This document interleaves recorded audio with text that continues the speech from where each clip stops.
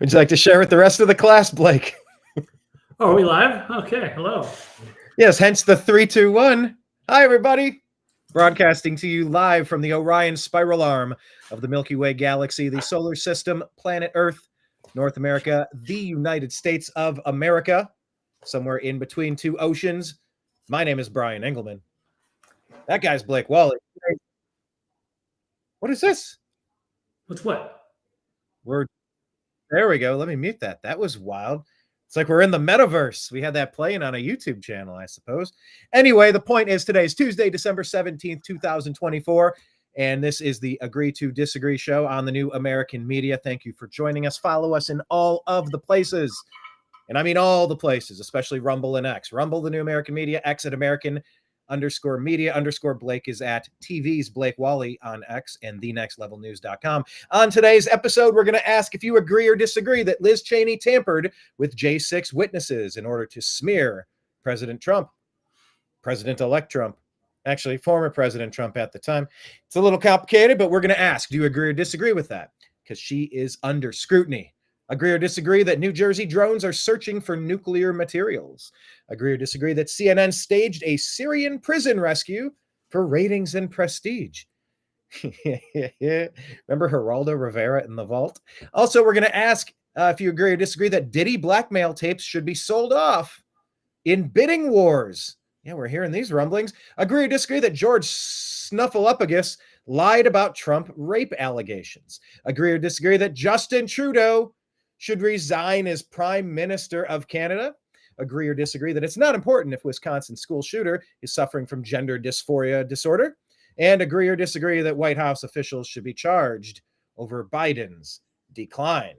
All of these topics and more will be discussed on today's The Agree to Disagree show.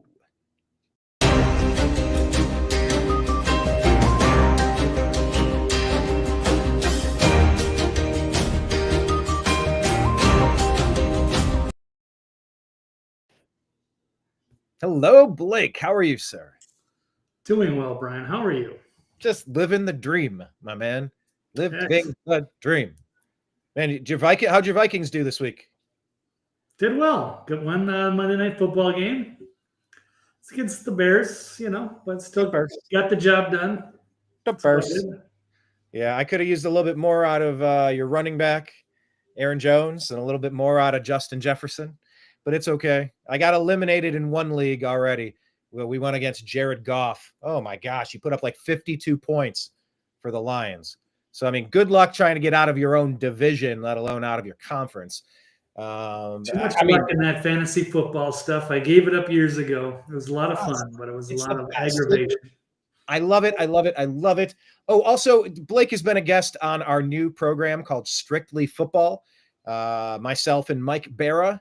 We do a show once a week, every Thursday at 5 p.m. Eastern, discussing football. And Blake has been a guest twice, I believe, twice. Well, once I did a full show, and then once I did just a cameo. A segment cameo, and then another full show. But yeah, his team's doing great, the Minnesota Vikings, And Mike's team is, they're in the hunt.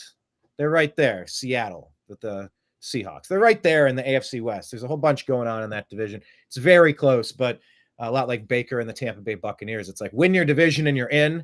And if you don't win your division, you probably won't even sniff the wild card. It depends how things shake out, of course. But yeah, I mean, it's tough. Luckily, your team has a gargantuan record. What did you improve to? What are you, 13-2? 12-2. Yeah, they're fantastic this year. Congrats. I've always liked the Vikings. Robert Smith from Ohio State went and played there, so I rooted for him. Chris Carter from Ohio State, so I rooted for him. And Randy Moss, prayers to Randy Moss. Number 26, number 80, and number 84. There you go. Mind like a steel trap, this Blake Walley. What are you wearing there? Kids in the Hall t-shirt. Yeah. We always highlight the t-shirts that Blake wears in the thumbnail for today's show. Maybe pull up the thumbnail for today's show. But Kids in the Hall. Man, we did a skit back in high school. And we did a Kids in the Hall skit. And it was kind of like I think it was the staring contest.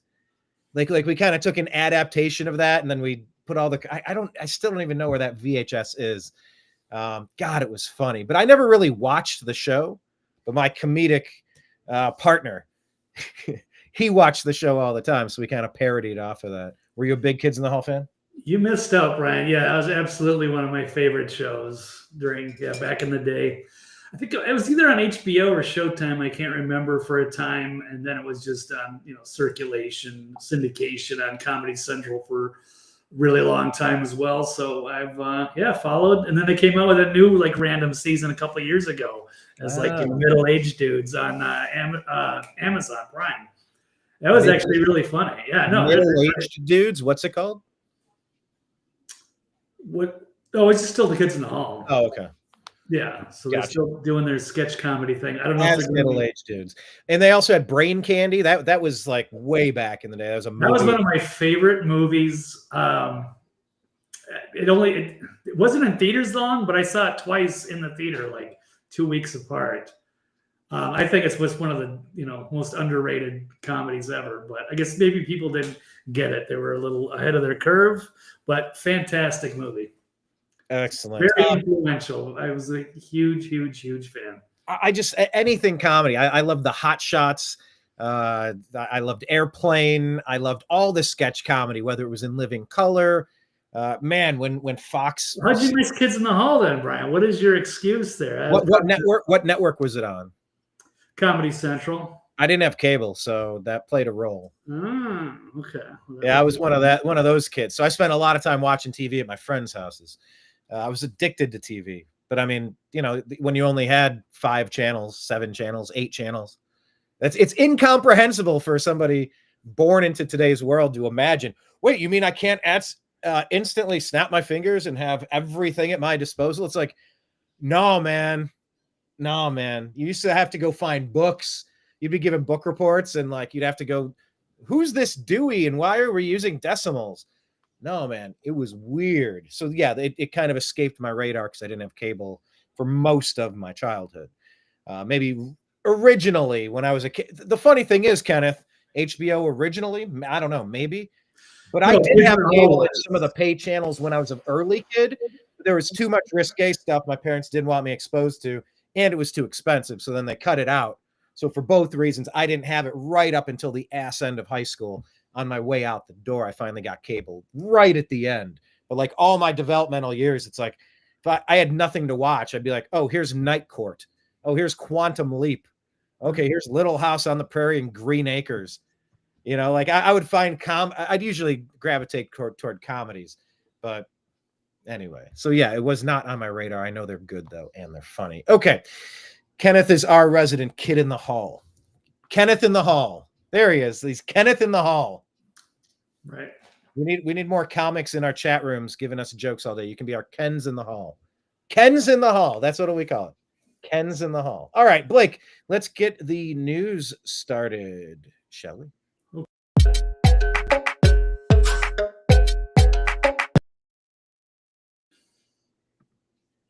All right. Let's discuss kind of everything's taking a backseat to this story. A lot of Americans have felt on edge that the Democrats were a little too quiet. And what do you have? You got Ellen fleeing allegedly. You have Nancy Pelosi breaking her hip and staying overseas. And I think they're making that up, Brian.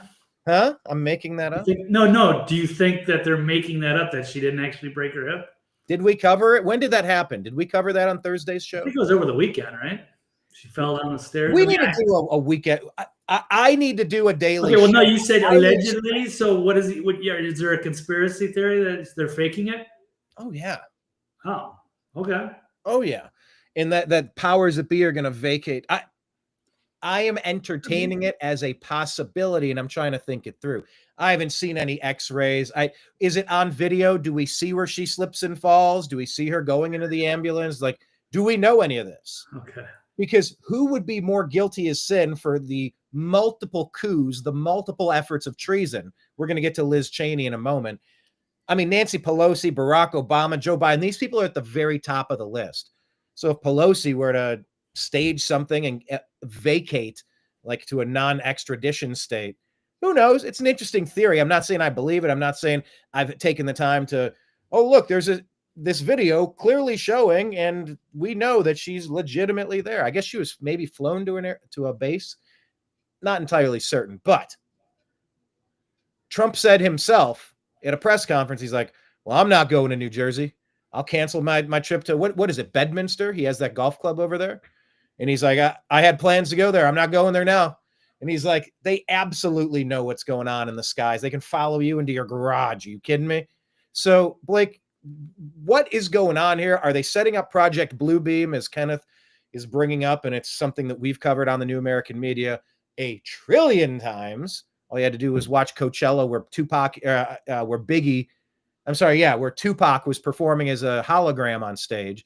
And you're like, oh, they're going to shoot that in the sky and say, that's Muhammad over this continent. Oh, look, there's Jesus Christ. That's over that continent or this region of Israel. And then they're going to try to bring in some sort of coalescing event to turn it into one global governance under the powers that be that are shooting these holograms into the sky. So, Blake, there's a lot to unpack here, but let's start in New Jersey. What is going on? Are they searching for nuclear materials? Do you agree or disagree that it's most likely that these drones are searching for lost nukes? And I'll do air quote lost, because didn't the Democrats intentionally flood our country with 30 million illegal alien invaders? Take it away. Well, I really don't know, and we're not getting any answers, so I can only speculate, of course. And that seems like a plausible explanation. I couldn't really tell you, but it seems like they're looking for something. I've kind of written off the idea that it's a staged alien invasion or if it's a hologram, but it certainly is a psyop, and that could be leading to that. That's always been one of their, something they've had in the playbook. Whether they're actually going to release it, maybe when they're really cornered, they could try it. But I think it's, the information's already out there. It's only going to fool, the low info people that are going to freak out about that stuff. But yeah, I think since they're acting like they don't know what it is, or maybe it's, it's Iran, there's a mothership off the eastern seaboard, not buying any of that. It could be a show of technology if it was, Russia or China or something. I don't think Iran would be ballsy enough to do something like that and try to get away with that. So I think it leads me to believe that the United States, it's probably our drones. They're, covering this up. They don't want to panic the public. And so far, the most plausible explanation that I have seen is that maybe they're looking for some sort of, nuclear material. Like maybe there's a dirty bomb, or somebody has, nuclear material. They can detect radiation or what have you. But it is freaking out the public. And maybe it's easier for them to just monitor things at night, and they can use like whatever thermal imaging or whatever they're testing for. I don't pretend to be that scientifically advanced to understand that what they're using. Like I know that they have stuff like that for like CAT scans and stuff like that, where they can see things inside the body. So if these drones could, swarm around that tri-state area, and particularly New Jersey, where they think maybe some nuclear materials got off and they're floating around somewhere and they're on the search, then that would make the most sense. That's why they're covering it up and pretending like they don't know what it is, when it's clearly that they are lying about knowing they have some advanced technology. So, Brian, yeah. So there's another component. Are you familiar with Ezekiel's wheel? Nope. Well, it's written about, and it kind of looks sort of like this. Here's an artist's rendering of how it's explained in the Bible, in Ezekiel. And if you kind of compare that to this, I mean, it's a wheel spinning within a wheel. It's almost like you could see the person sitting inside of it, riding on a unicycle, pedaling, and it's got like that spinning component around. It's just interesting to think about. It's easy to write off stuff from books, especially old books that have been used to dominate over humanity for thousands of years, and perhaps manipulate, perhaps control, perhaps guide. But I mean, is it possible we've seen stuff like this in the stars before? Hell yeah, it's possible. Where do you think all these stories came from? There's Maybe they're sniffing for cow farts. What were you saying, Blake? I was gonna say orbs. That's kind of been a thing that I've been seeing some of that they've been around for thousands of years, perhaps. But these are not orbs. They're people. They're definitely drones. Not that I've seen one, but I mean I think it's enough people out there pointing it out that they're about the size of cars. Some of them. So there's something odd. So it's advanced tech, and then it'd be weird that the United States is just acting like, oh, it's not a big deal, or they're just private, or they're just regular citizens like playing a prank. So no, I think they're searching for something, and they don't want to cause a panic. But now let me ask this, because here's an angle that makes a little bit of sense to me. Okay. We've heard people talking about the Iron Dome over in the Middle East. It's been over a year now. They've been at war, and the Iron Dome has been tested. There have been successes. There have been failures. And a lot of people have mentioned that the United States needs its own Iron Dome, kind of protecting the borders. There's a theory out there that these are actually U.S. drones that are doing very specific mapping so that they can set up our version of an Iron Dome on the East Coast. I don't know if there's any validity to that, but there's been a lot of chatter about it being searching after lost nukes, Blake. Right. My issue with the Iron Dome thing is that now it's a hypersonic missile world. So there's nothing to defend that. We're not going to be able to react in time to shoot missiles, Patriot missiles, or what have you.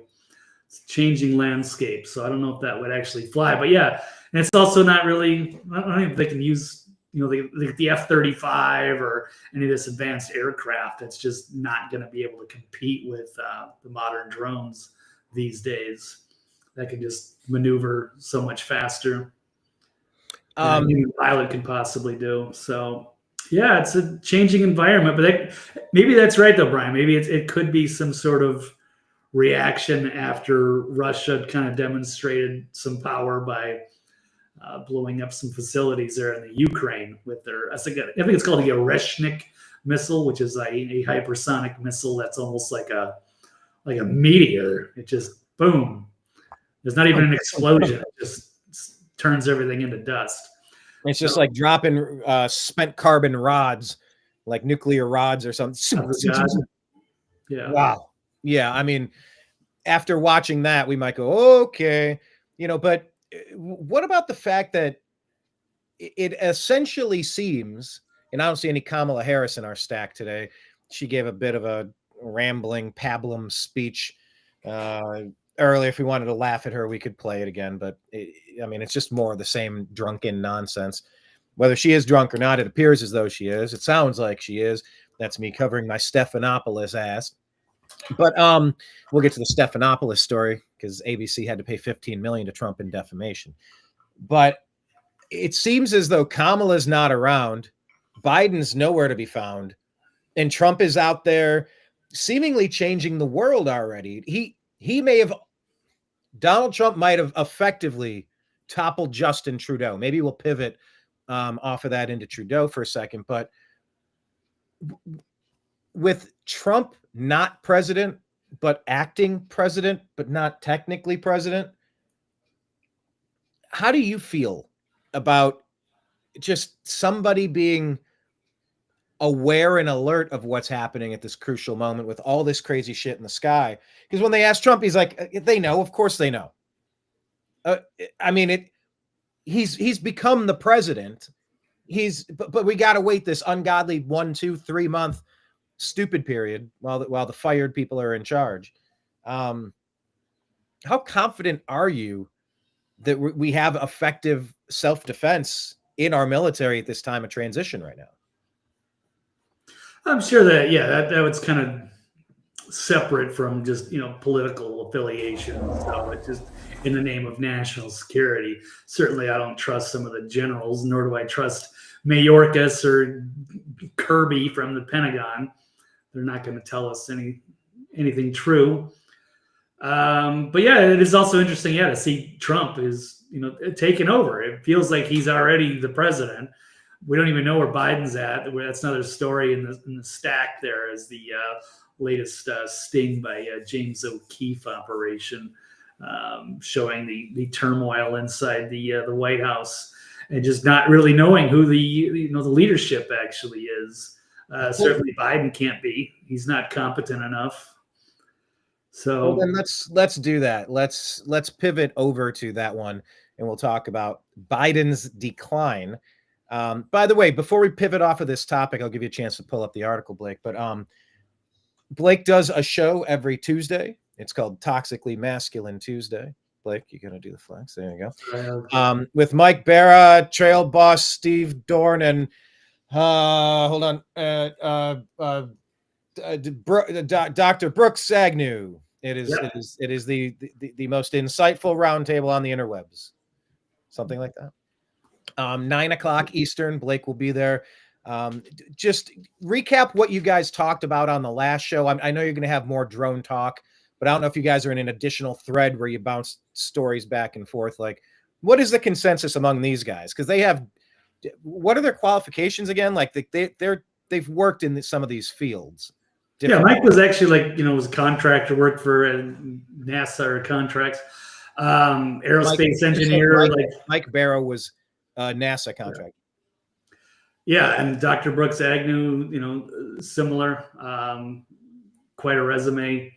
So they know all kinds of things about that stuff. And they said they kind of ruled out the whole extraterrestrials. And if you watch that video, go back up, Brian.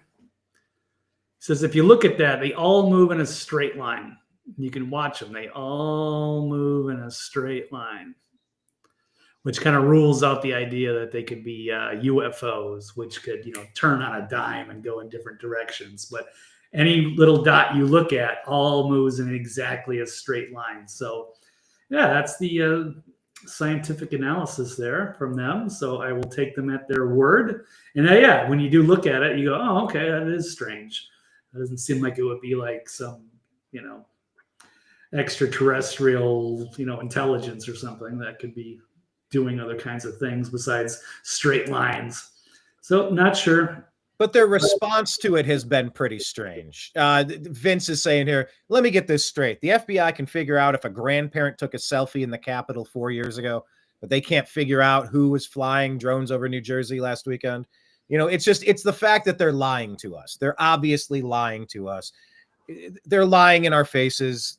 They're treating us like we're morons. We do deserve a little bit better than that. Well, do you want them to say, hey, we're looking for a nuke? There's something came in on a boat on the eastern seaboard. Might be in New Jersey. We're not really sure. Could be a dirty bomb. Should they tell? If that was you, Brian. Wait.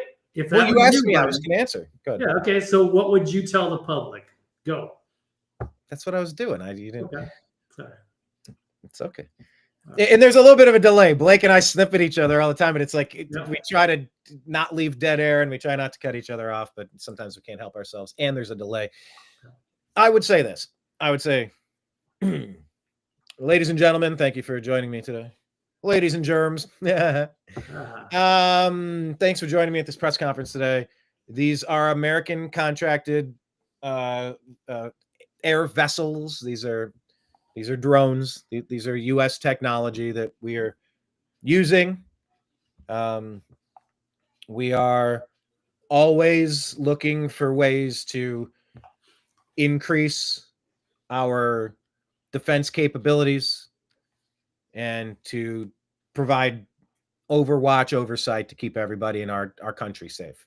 So yeah, we're trying out some new stuff. You can see them in the skies. They're kind of cool. But like we're learning what they're capable of. We're just getting a feel for how to go up and down the coastline and just make sure we're protected here in this country. So yeah, I'm not getting into any specifics. Don't waste your breath. Yes, it's cool shit. No, you don't have it. No, it's not alien. Yes, it's there to look out for things to keep us safer. And we're looking and we're dedicated to keeping America as safe as possible. Nobody's perfect. Nobody catches everything, but we're doing our best to catch everything we can. And that's what it's there for. I would say something along those lines. Acknowledge it and say, yep, that's us. Yep, we're working. And keep you posted.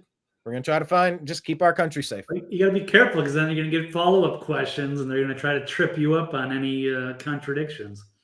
Well, I would, but if I'm not lying, I don't have to get tripped up on a contradiction. Yeah, you'd have to have your talking points. That was it. Very specifically, and That's you'd have to address it and not go off script the slightest. That's Otherwise, that's all I'm. A general panic. Yeah, and I would say obviously we're trying to weigh the concerns of when it goes over residential areas. You know, they're logistical, they're accidental. What if something comes crashing down? There's safety concerns, there's privacy concerns. Right, but Brian, we're working all that stuff out, but it's in a greater effort to keep the eastern seaboard safe from anything that came across the Pacific at a time when there's multiple wars going on across the globe. All right. Well, Brian, what if you knew that they were actually searching for, a dirty bomb? Yeah. That's what you would say. You would just, you would leave that out, but then just say, oh, it's just a training operation, just check. Not training. Okay. This is our technology, and its purpose is. So you wouldn't tell the public what the fear was about. Okay. Yeah. But you would just admit that they were at least ours. I wouldn't admit, I would volunteer it gladly. Okay. Like, hey, you see battles going on in other countries. Ukraine, there's a war. Israel, there's a war. Here, look at the edge of China. If they're going to go in and take Taiwan, we're seeing all this stuff, and we are adapting and responding to the things that we're seeing other countries have. So we're going to take extra efforts to keep the perimeter of our country as safe as possible. All right. So why not test them in like middle of, BFE, Nevada or Arizona or like New Mexico? That's easy. That's easy. I'm not drawing a border around BFE to keep that border safe. I'm drawing a border around the edge of our continent to keep our continent safe. So you're seeing it on the East Coast on the water. Where else would you expect to see it? We're going to test it where we're going to use it. I'm not going to play basketball on the ice. I'm not going to play basketball on an ice rink. Well, why aren't you practicing out in the desert? You don't play basketball in a desert. You play basketball on a basketball court. So we're testing the stuff because we're going to keep the edges of our country safe from the perimeters. That's why you're seeing it there. Okay. I need to get hired for this. It's very easy to do. I know I say that now. You're lying to the public by omission. I'm not lying. No, I'm not. But you know full well that there is a dirty bomb, and people are going to ask me the question. They're going to freak out. They're going to clog all of the turnpikes there in Jersey trying to flee. And you're just going to say, ask me the question as a hostile reporter. Lights in the sky, just disregard. All right. No, so ask me the hostile follow-up as a reporter. Go. No. All right. No, all right. Fair enough, Brian. I think that's good. No, but it would be, well, sir, that's all well and good, but I have a report from General so-and-so that says you have specific information of a lost nuclear weapon, blah, blah, blah. Is there any truth to blah, blah, blah? I'd say I'm not commenting on any specifics. What I will say is if that were true, we would want to be looking around as much as we could. And if that's not true, we would want to be looking around as much as we could in case that could be true, right? So we are going to be taking a look around this whole area with some really advanced technology to keep America as safe as possible. Whether it's true, we would want to be looking as hard as we can. And if it's not true, you would want us to be looking as hard as we can. So we are. That's all I have to say about it. Okay. We're talking about potentialities. We're talking about potentialities, reports, concerns, maybes. There's a lot to unpack. That's why I'm not getting into specifics. But what I am getting into is we have a strong desire to look at this area as much as possible. Anything bringing in cargo ships, and we want this secure. And so we're ramping up our efforts to be as secure as we can be. So we're doing it whether it is true or not. So that's where you answer it. It's not, I'm not going to deny it. I'm not getting into specifics. We're looking at all of the things to keep our eyes on anything that doesn't belong. Okay. Sounds good. And by the way, I would recommend everybody has an emergency plan in place to seal off your house for radiation, get some nuclear pills, potassium iodine, to go ahead. Are you saying this as a spokesperson, or are you saying this as... Well, I'll say it as me. But as a spokesperson, I would say, let me take it one step further. If there was something out there, like you're saying, that we already have information on, what would you want people to say? If you want an admission that there is something known, that there is nuclear something on the loose, then what's next? How would you best prepare for it? Well, some sort of respirator, some sort of potassium iodide. Panic the public, Brian. I don't know about that. You're gonna say that? You're gonna go on? You're gonna go rogue, or is that? I don't know how you think that kind of thing would work. That'd be very tightly scripted. No, you would not be allowed to say that. You'd be fired right there. It's easy. I'm a prepper. If I ever had a thought that, I wonder if what I would do if the water didn't come on at my faucet. Well, maybe I would get a water filtration device and have a secondary source of water. Well, if I have concerns that there could be a nuclear bomb, well, maybe I would want some sort of respiration. Yeah, but you wouldn't tell the public. I don't know. All right, let's move on here. All right. Well, I was bringing up White House officials being charged over Biden's decline. Do you agree or disagree? But I also asked if you could pull up the image, but for the thumbnail. But maybe we could do that on the story it's most applicable. Right. Okay. Well, this is the this is the video you sent me. I didn't watch it yet, but I think we got kind of the gist of it here. Is that New Jersey Mayor Michael Melham says the radioactive material went missing on December 2nd, and it could have come through the Port Newark. That's 15 days ago, 2 weeks and a day. Yeah, so that could line up. So that's why people are speculating that there might be looking for nuclear signatures with advanced technological drones. All righty. Anyway, we'll move on. Well, do we want it to play for a minute, or you got this? No, I think we got the gist of it. Yeah. I mean, is there some? Well, I mean, you'll hear a local politician. Yeah. You can hear the frustration, and there's frustration. There's obfuscation. There's legitimate frustration going on. There's people that are on a need-to-know basis. These people really do need to know. And every household should have a backup plan and something in place. You should have potassium iodide. They're like $10 a bottle. Go online and get a $10 bottle. Keep one in the glove box of every vehicle you're in and one at your house. It's like an EpiPen or a Narcan or a fire extinguisher. You keep them in all of the places just in case. You never know where you'll be. You're not telling the public. Are you telling me as an audience? Are you telling our audience, or are you telling the American public that? Because you can't just mention that, because we don't know what the supply chains look like, if they can actually get some. Look, and don't panic. We're not really looking for anything, but you might want to stock up on some potassium iodine in case there's something, But then they're going to go looking for it, and then they're probably not going to find it. You're fired, Brian. All right. No, I'm not going to be like Fauci being all weird, like masks don't work because we need all the masks. Oh, wait. Everyone must wear 3 masks. Get out of here with that. Right. I'm just honest with the people. If anyone has a concern over that, here are the best top 10 ways. Like, well, as a press conference, I would come back and say, look, there's obviously concerns. So how about we do a regular press conference about ways to prepare your household and protect yourself and your family the best that you can. Well, we have no idea if anything will happen, but it's a great point to prepare so that our communities can be as strong as possible. And I think we should focus on the things we can personally do. That's a great redirection into ways to level up.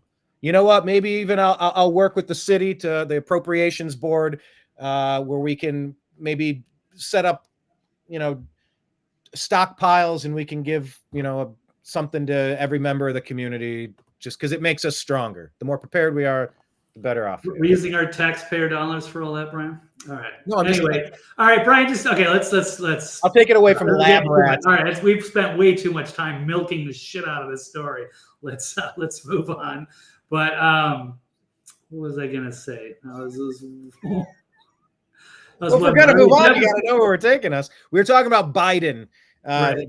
Should White House officials be charged over the Biden decline? Deb from SAC is saying she just heard about this on Alex Jones' post on X, looking for radioactive material with drones. Yeah, a lot of people are saying this. It seems to be a growing concern. And she says, if it's true, I'm glad I'm not in Jersey. Well, I mean, look, this is right before the before inauguration. I wonder if they're going to end up doing a virtual inauguration. Deb is saying, my friend lives in Jersey, something. She hasn't seen this, or she would freak out. What I was going to say is that Mike Barra and Dr. Brooks Agnew also would say, I don't want to put words in their mouth, but that, the nuclear stuff is kind of overrated. It's not as dangerous as a lot of people might think it is, but it's still going to panic the public. So it's just generally not good, and it is going to do some devastation and harm at some point. So, but it might not be as bad as they're saying. So, no reason to panic, but there are a lot of panicky people out there that just freak out about shit like this. So, Kenneth, am I supposed to sing that? Nuke, nuke, nuke, nuke, nuke, and hurl. Duke, Duke, Duke, Duke, Duke, of Earl. I think that's what I was supposed to do there. Right. There you go. Okay. But yeah, I mean, Trump has gone on record. He says, like they know what's going on. They can follow you into the garage. And he says, I'm not going to New Jersey. I'm canceling my trip. So no. Yes, they will talk about that tonight on Toxically Masculine Tuesday. They will milk the shit out of this topic, but we will shift to another topic. Blake, let's get to this next topic here about Joe Biden. Yeah, while all this stuff is happening, glad to know we have solid, strong leadership in the White House, right? Not really, not this White House. No, you're seeing Trump looks presidential right now. Everybody's meeting with him in Mar-a-Lago. He says big press conferences, and Biden is nowhere to be found. Kamala's been in hiding. She's been on a drinking bender since the election. So we're not really sure who's actually running the White House. Will Kamala run for governor? Could she possibly run for governor? I'm hearing a lot of that. You and I both used to live in California. I just can't believe it. Such a huge state that they would elect Kamala, but who knows? I don't know. I think she's so awful. I don't know why people are even considering her. She was a terrible candidate, and I can't expect why they would, what they're thinking. Where would they get that kind of information, or why they would want to have her in a position of power? And she was a terrible attorney general there. So I don't know. Not sure what's happening. All right. And she was the most far left crazy senator. Well, this latest bombshell from James O'Keefe's media group, where a White House national security advisor telling a undercover journalist that Biden can't say a sentence. And they worry that Trump administration will investigate them. So it's a former spy, White House national security advisor named Henry Appel, I don't know, giving more inside info about Biden's cognitive decline and revealing worries amongst White House and national security officials if they will face investigations from the incoming Trump administration or Congress. Now, this is a long video. It's 14 minutes, so I'm not going to play any of it. It's really just going to be kind of a quick story. But they slammed Kamala for having a terrible campaign, and just kind of noticing that there's kind of like these senior moments by Biden, and he doesn't even think that he's going to be around for more than another year because he's gone downhill so badly.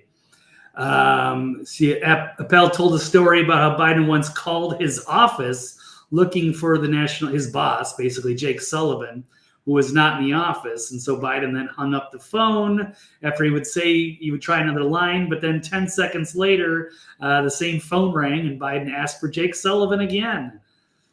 So that's not a huge issue, but... Is this Santa Claus?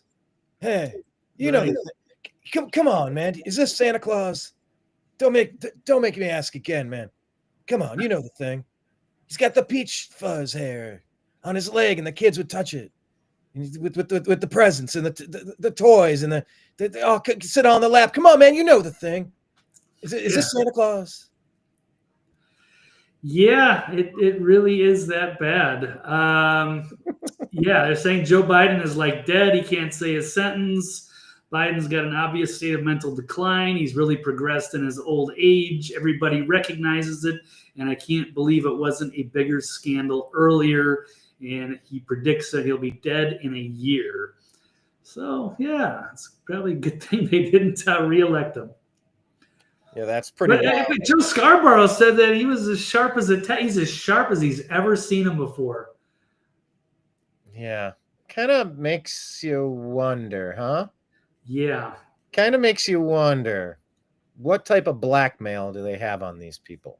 Like he killed an intern in his office and got away with it? I mean, like that?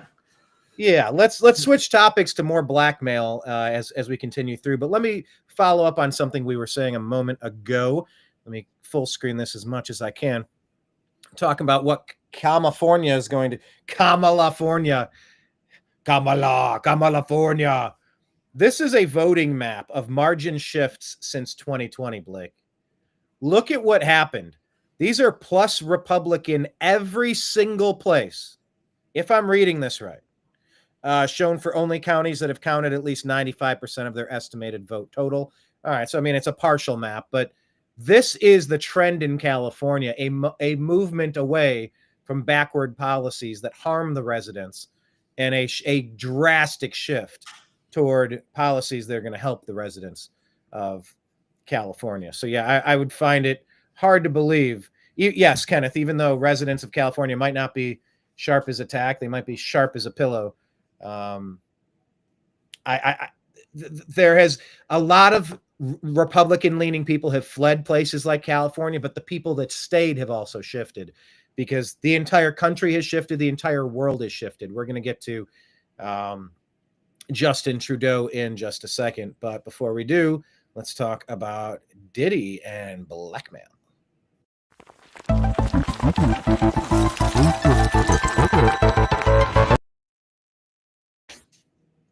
So, Blake, we're talking about Joe Scarborough, and my goodness, for someone to say he's sharp as a tack, what in the world type of blackmail and bribery must they have on this character?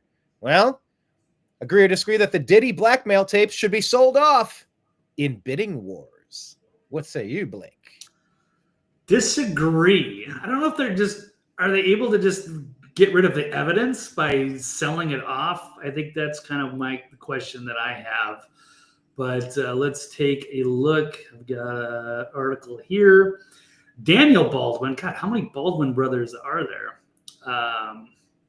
It's Alec and Adam and Stephen. And I guess Daniel was another one. I don't know. Actor Daniel Baldwin has made extraordinary claims that Hollywood stars are involved in bidding wars to prevent copies of blackmail sex tapes filmed at the infamous Sean Diddy Combs freak-off parties from falling into the wrong hands. So appearing on this podcast, the PBD podcast, Baldwin stated that he has videos of the parties, and he's heard from friends that are attorneys that there's a bidding war going on right now. And they're driving that price up because if you want your client and your famous actor to not be involved or a famous singer, here's the price that they're just selling to the individuals that are in those. And he goes, this is what I heard. So it is secondhand. He says they're selling those videos, claiming that some celebrities are buying them to try to save their own skins. He compared the Diddy situation to Epstein's alleged recordings of elites engaged in incriminating sex acts. So I don't know. We could play pop. Look at Diddy, for instance. Let's take a look at him. Let's take a look at, he has videos. He has videos of the parties. Now, what I've heard, which I don't know how much of it is in mainstream media, I don't really follow the story that much, but what I've heard from friends that are attorneys, friends of mine that have represented me before, agents and so on, is there's a bidding war going on right now. They're driving that price up because if you want your client and your famous actor to not be involved, or famous singer to not come out, here's the price. And that they're just selling to the individuals that are in those. This is what I heard.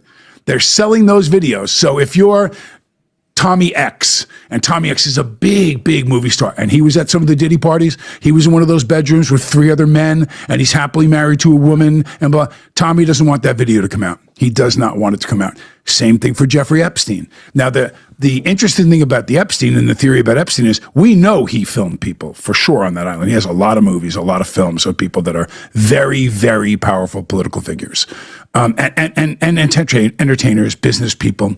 So Do you really believe that Jeffrey Epstein killed himself? And of course not. Of course not. Yeah. No. Okay, That so there's happened other theories that he's in Lebanon. He never died. That happened under Trump's watch, though. Bill Barr. Right. Just something to remember, just to point that out. Go ahead. Sorry. Okay. At all, that having the weight of owning those films right now over people. So will Donald Trump release those films?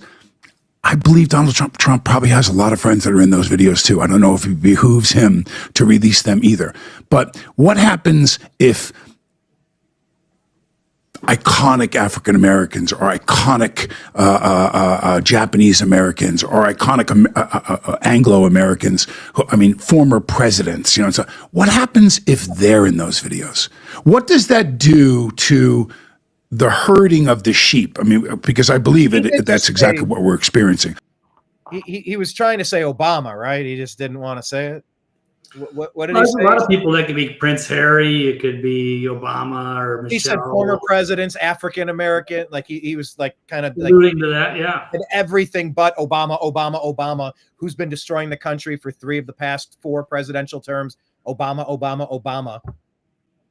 Anyway, Love to Reggie Love. Reggie Love, right? All right, let's continue on this. It's very. That's it. That's the end of the clip. But gotcha. There's a lot of speculation, Blake. There's a lot of speculation. Well, yeah, former bodyguard claimed the rapper has footage of not only celebrities but elite politicians and state figures engaging in compromising activities.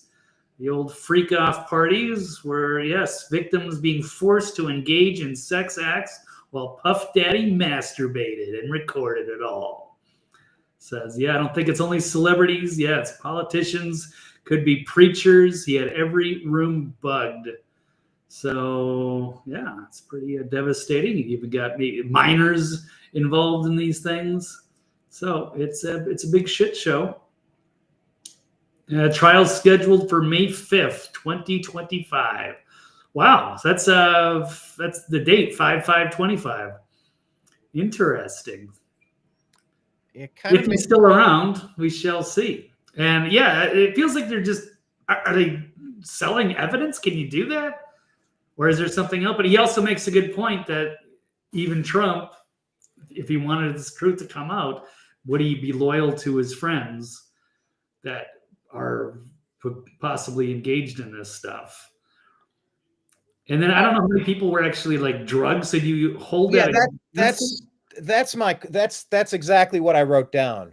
Yeah. If someone was drugged and abused, you would feel bad for that person because that's like the grossest shit you could ever do, to drug somebody and abuse them like that. That was wrongfully or maybe largely lumped into the Me Too movement and college drinking culture and college culture and abuse. It's one thing to go party and be reckless and have, make decisions. It's another thing to abuse somebody intentionally. It's another thing to be abused and then feel bad about it and then be told you're going to say this, you're going to do this or else. That's like even worse. So I don't know how you draw the line, or it's, well, now that you've been busted, join us on this other side. You're already in the group anyway. But to finish, you got to do something awful to join the group for good. You've heard about the Pelosi, the Hillary Clinton, the Anthony Weiner laptop. You've heard about all sorts of stuff. Abuse. So like there's different levels of being involved in this. And then there's like Bill Clinton going to the island, or Bill Gates allegedly going to both of them allegedly. Well, we know they went. What did they do when they were there? Were they engaging in debaucherous conditions, just fun, frivolous sexual activity with well-intentioned, of age, other consenting adults? It's like, well, I mean, you do you, boo. Like there's only so much. That only crosses the threshold into give a fuck when it goes into abuse. Knowingly, intentionally doing things against people's will, against people that don't have the right to consent. There's a lot of questions here. And so if you get invited to a Diddy party, I mean, look, people go to the parties, but it's like, what happens once you go there? Do you go in a room and you watch a bunch of freaky things happening? You're like, ooh, tee-hee-hee. And it's like, by the way, guys, we got rooms over here if you guys want to, get it on. Get here, have a drink. And it's laced with roofies and, Well, I think that's what it is. You go and you're like, oh, cool. I got to go to a Diddy party. And then someone hands you a glass of champagne. Boom, boom. And then the next thing you know, you're like all messed up. And then you're engaged in some freak off. Yeah. So there's a lot of levels to this, man. Right. Anyway, not sure about that, but here's another guy. Do you have any more to add on this, or do you want to bounce? Nope. Yeah, not yet. Oh, we're good. Wait, what's that? I said no, not yet. Not any. That's the last thing I had on it. Oh, okay. Let's talk about another guy that you wonder if he has had some sort of blackmail. I wonder about this guy.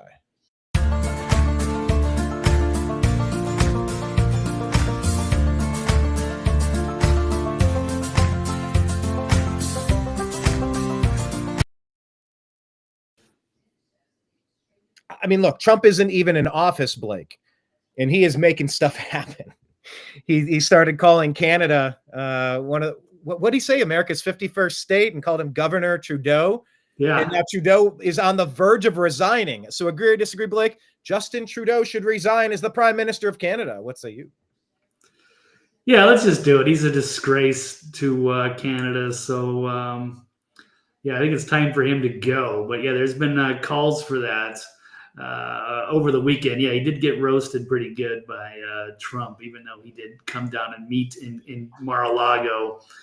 But, it's an interesting turn of developments going on in Canada over the weekend. And yes, like their financial minister resigned. Let me pull up a couple of stories.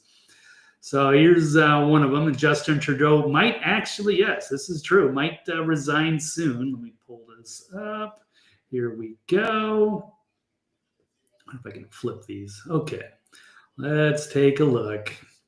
So Prime Minister Trudeau's government reportedly faces its gravest crisis yet as Finance Minister Chrystia Freeland resigned Monday. She was a tyrant involved in freezing bank accounts from the Canadian trucker rally.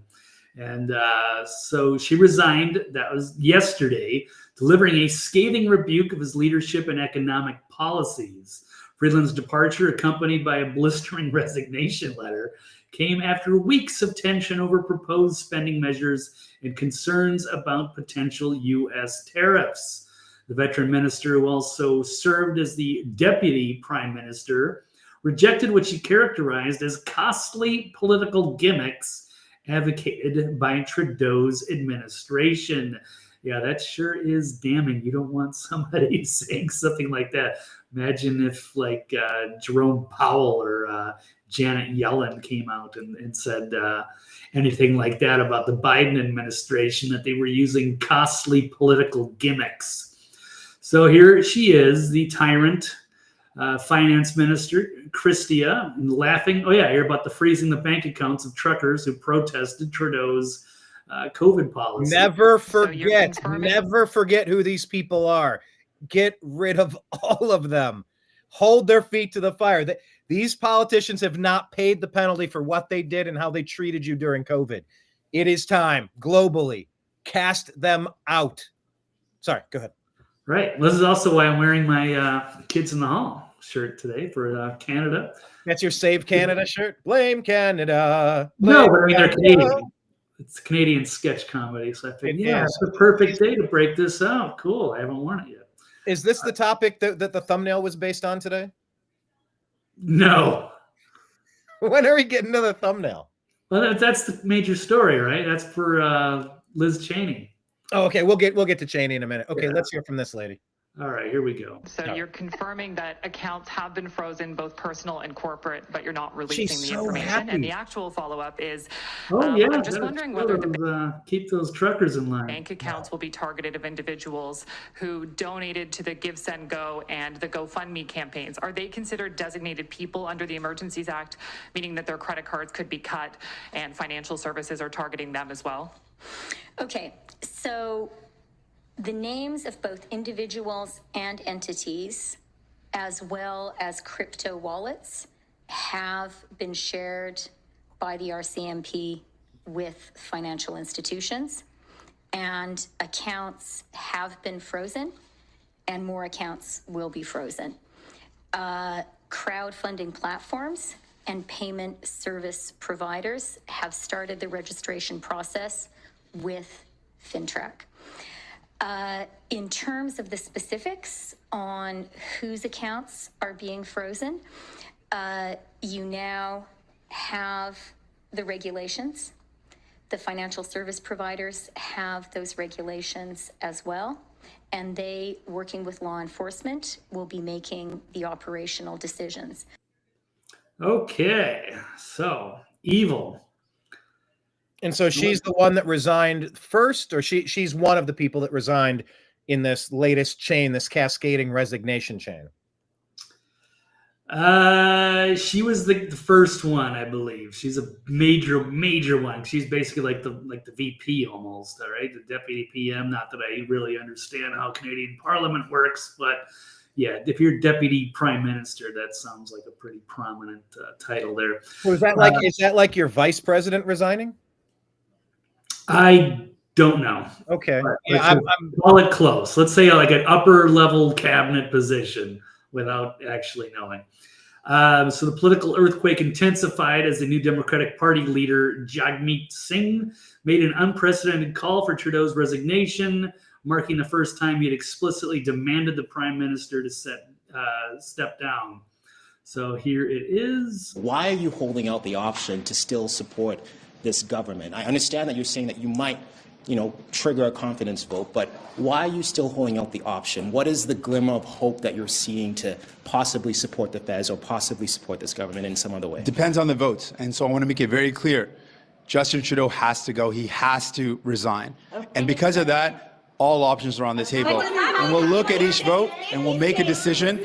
But now all options are on the table. Wow. So that's big. And then here is Pierre Poilievre. I don't know how to pronounce it. In Parliament, but he was running against Trudeau.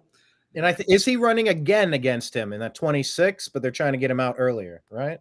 Something. I'm not sure. I cannot comment on that. But yeah, he's an interesting character, and probably should be the PM. Let's check. The Prime Minister has lost control, but he is clinging to power. We knew that he must be reading this in French. Okay, speaking in French. Lost control of the borders, of immigration, of spending, of inflation, of the cost of housing. But now he has lost control of his cabinet.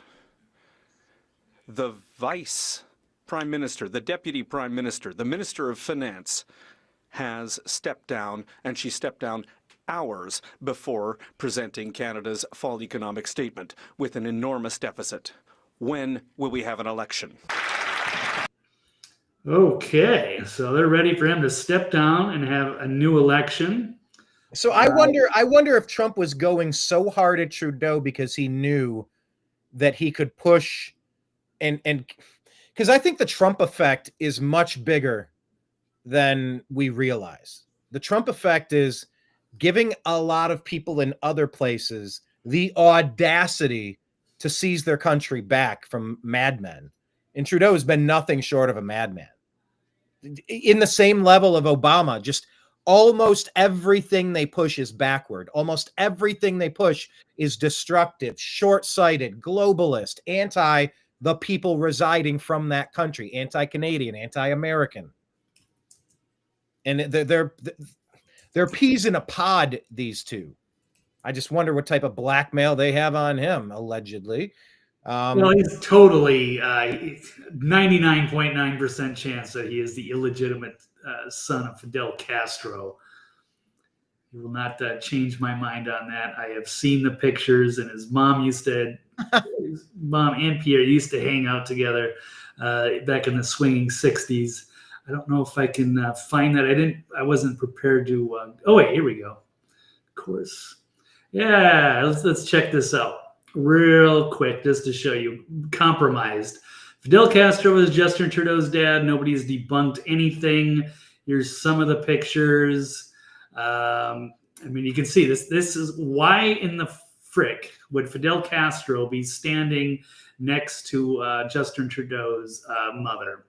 And this is her with her arm around him. That is a sweet embrace right there. That is double arm on arm. Arm on arm is like one of the most intimate things you can do. And then reaching over the back, like that is, you couldn't stage that any better. That is not just a typical, oh, hey, how are you? Good to see you. Yeah. And it's okay. Like, look, I've hugged people that I barely know as well. But, I mean, they do look similar, too. And they knew each other. Right. Yeah, and Pierre, I'm not even knocking Pierre so much, the father, but he's not a good-looking dude. His wife was like 30 years younger. She was the party socialite. And, I guess they were swingers, and they loved Fidel Castro, and they hung out, and so what? He shared. They had their thing. They had a kid. I'm not even judging any of it, but I'm just saying it's so right in our face. And you look at these that's interesting, Blake, because communism, you think of communes, right? Having group orgies all the time, and then you think of communism where you share. So you're sharing your wife like the cuckold that you are. There's a lot of communism, commune. I never really thought about that before. All right, you got me thinking. Good. Yeah, but they definitely hung out, and here are the pictures, and there is just the resemblance is just too much. So, you look at it, that's Fidel Castro's kid. Does that look anything like Pierre? No, with no offense to him, not a handsome guy. Certainly not his father.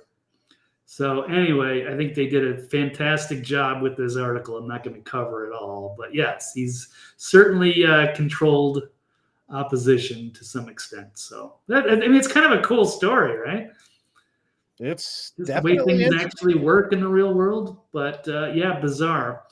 Anyway, what else? Was there anything else I was going to mention on that? Oh, okay. Let's a couple other quick notes. We do have Pierre also talking about the resignation of Chrystia Freeland. Let's see if it's in English.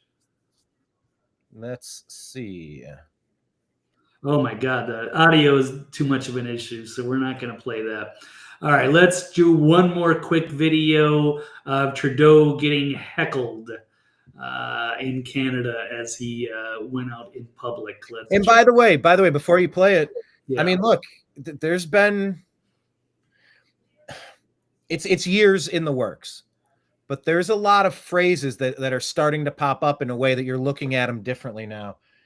And just one of those phrases that's been going on for years and years, these people won't be able to walk the streets. And so you got a clip here. You do your country wrong. We see it. We know it. It doesn't matter which friends in high places, which Soroses, Epsteins, Diddy's, financiers. It doesn't matter who's got your back. If you lost the people, there's no coming back. That rhymed. All right, play the clip. Nice. All right, let's check this. As Trudeau is leaving whatever building to get into his... Kenneth talking about Castro. She fiddled his Castro. Not Fidel Castro. She fiddled his Castro. All right, let's see this clip from Trudeau. There's a Lewinsky joke in there, too. I know, they write themselves. I wonder what happened there. All right, let's go. Prime Minister, are you going to remain in office, sir? No, what gives you the right to continue? What gives you the right to stay in office? Thank you. You failed Canada. You've ruined our country. You're done. Walk away. You don't have an ounce of your father's integrity. At least he walked in the snow. You've ruined this country. Everyone around. Yeah, at least his father, shared his wife with Fidel Castro. Running from you. You're abandoning you. Chrystia Freeland, Sean Fraser, they've all left you. It's time for you to go. It's time for Canada to have an election. You're not the king. Nice. Okay, All right, I love this part. that's the Prime Minister getting into his motorcade. I do not know who was shouting those questions, but Not a I'm going to go journalist. out on a limb and say Yeah. it was. They said not a journalist. Not I a don't know who would answer journalist. those questions. Who does she think journalists are? We don't need to pass your bullshit test. Anybody is a journalist. Right, Hell, well, if I can Canada- do it, anybody can do it. Well, in Canada, there's state media ops, so they're not real Yeah. journalists. Can I hear that quote one more time? Probably not. Or they were. What did she say exactly? Not a journalist. Okay, that's the Prime Minister getting into his motorcade. I do not know who was shouting those questions, but Not a I'm going to go journalist. out on a limb and say Yeah. it wasn't a member of the Parliamentary Press Gallery. Yeah, I wasn't a member of the parliamentary press. No shit. Because they wouldn't have the balls to do anything like that. They're state media script readers. They're a disgrace, masquerading as journalists. And those are the worst kinds when they, Blake, you have family members and friends that watch the news thinking they're getting accuracy, and it rots their brains. We all know people. They tune into MSNBC or CNN, and it's like they're living on another planet. You try to communicate to them. It destroys humanity, consumption of this stuff, unless you're doing it ironically to mock them. Yeah, you're right, Blake. It's a disgrace. And it's one of the purest forms of poison that can infiltrate the minds of humanity, the heart, the soul of humankind. And I am praying that Canada casts off the shackles of Trudeau as soon as possible. Yeah, Deb is saying one of their paid shills wasn't shouting it. No kidding. No kidding indeed. So there's Justin Trudeau. He should resign as Prime Minister of Canada. Let's talk about now someone else who, it's not that she needs to resign. She's been fired, but now it's time for her to be indicted.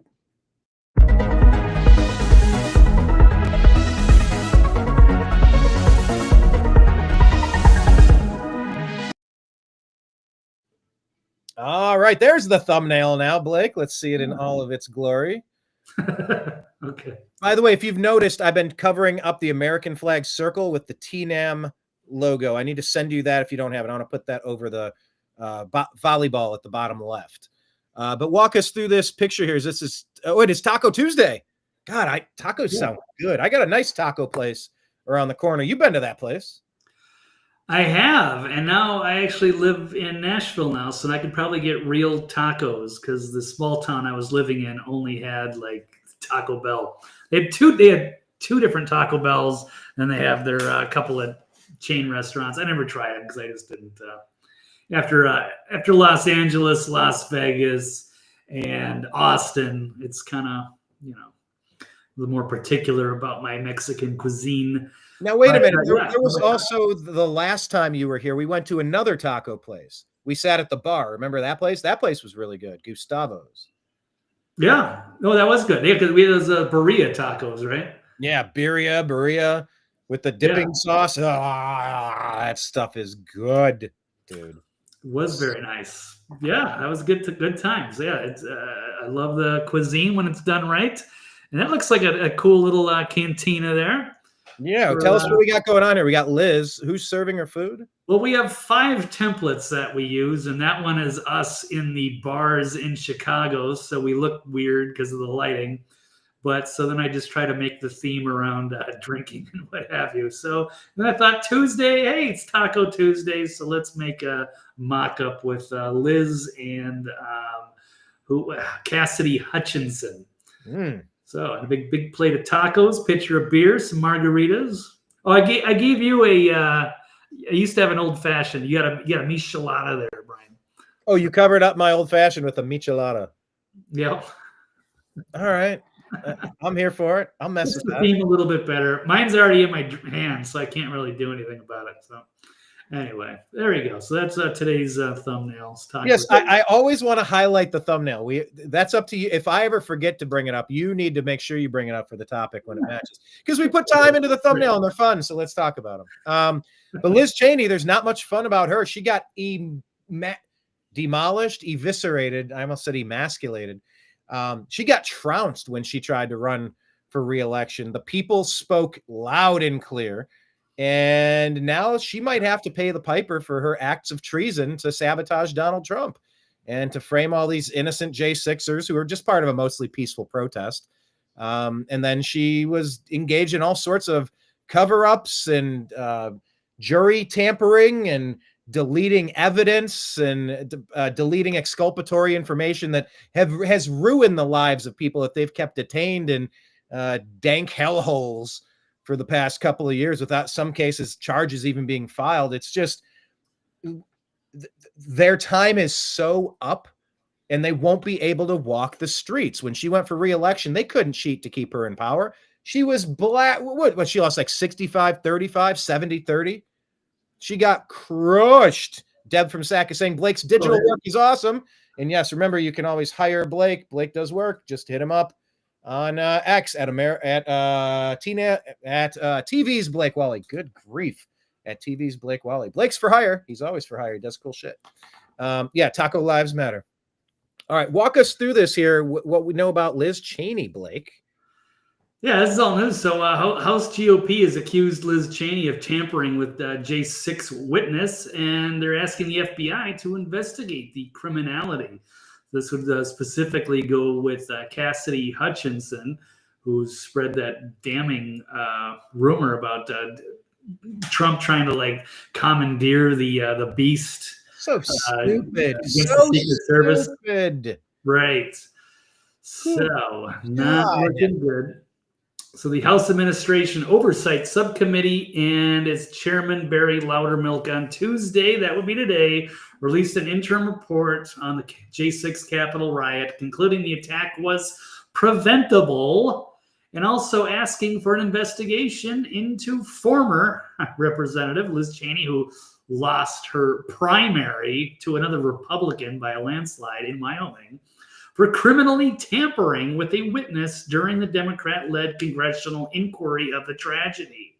And here's the quote: based on the evidence obtained by this subcommittee, numerous federal laws were likely broken by Liz Cheney, former vice chair, and these violations should be investigated by the FBI. So that is damning. Ouch. And yeah, against the also the daughter of the former vice president. So evidence uncovered by the subcommittee revealed former Congresswoman Liz Cheney tampered with at least one witness, Cassidy Hutchinson, by secretly communicating without Hutchinson's attorney's knowledge. They also tried to get her attorney disbarred. So it says this secret communication with a witness is improper and likely violates some statutes. Such action is outside the due functioning of the legislative process and therefore not protected by the speech and debate clause. So federal law criminalizes witness tampering of varying degrees and subjects a defendant to as many as 20 years in prison. So bad for Liz. Yeah, I like what Kenneth is saying here. Liz chained me. Soon. Liz chained me. Oh, yeah. She should be sent to Gitmo. Treason should have consequences. Let's make treason applicable again. Yeah. If you don't make an example out of these ruling families that have been destroying our country and a purchasing power of our currency and the sovereignty of our nation and the erosion of our civil liberties and money laundering to places that hate us, fueling both sides of a war so that they could profit, the military industrial complex can, continue stacking cash on the bodies of the innocent. Like this stuff is no longer applicable. This stuff is no longer tolerable. This stuff has to stop. And the Cheneys, the Pelosi's, the Bidens, the Obamas, the ones that committed the treason, chain me. Liz, chain me. Soon. Fingers crossed. TikTok, the hammer of justice is coming. That's my new favorite phrase. I just keep repeating it. Like, how many days? 30 days, 29 days, however many days. TikTok. Yeah. MFR TikTok. I sure hope you're right, Brian. Yes, it seems to be all the momentum is swinging that way, and they can correct this horrible wrong from this committee that smeared Trump and all of his supporters and put people in jail, political prisoners. So, and they've also, they data deleted. According to the report, House investigators sought to examine as many as 900 interviews More than a terabyte of digital data, however, including video records of the interviews, were not archived by the panel. And of the documents that were provided to the Loudermilk staff, Select Committee delivered more than 100 encrypted password-protected documents and never provided the passwords. So you just can't do stuff like this. The failure to provide the subcommittee with these records raises serious concerns about the content of the records and their contribution to the Select Committee's narrative. They did obtain footage, however, of Pelosi on January 6th from the HBO documentary, which was in possession of the film taped by her daughter. The footage, some of which was released by House Republicans earlier, shows the Democratic leader acknowledges that she bears responsibility for the absence of National Guard while she evacuates the Capitol. So, yeah. Then, of course, you have Cheney and the contradictions right here. So let's take a quick look at this. Loudermilk staff, they did a thorough investigation of the outlandish claims from testimony from Cassidy Hutchinson. The former aide to White House Chief of Staff Mark Meadows sensationalized the show trials of the committee when she claimed that then President Trump tried to violently hijack his armored limousine and drive himself to the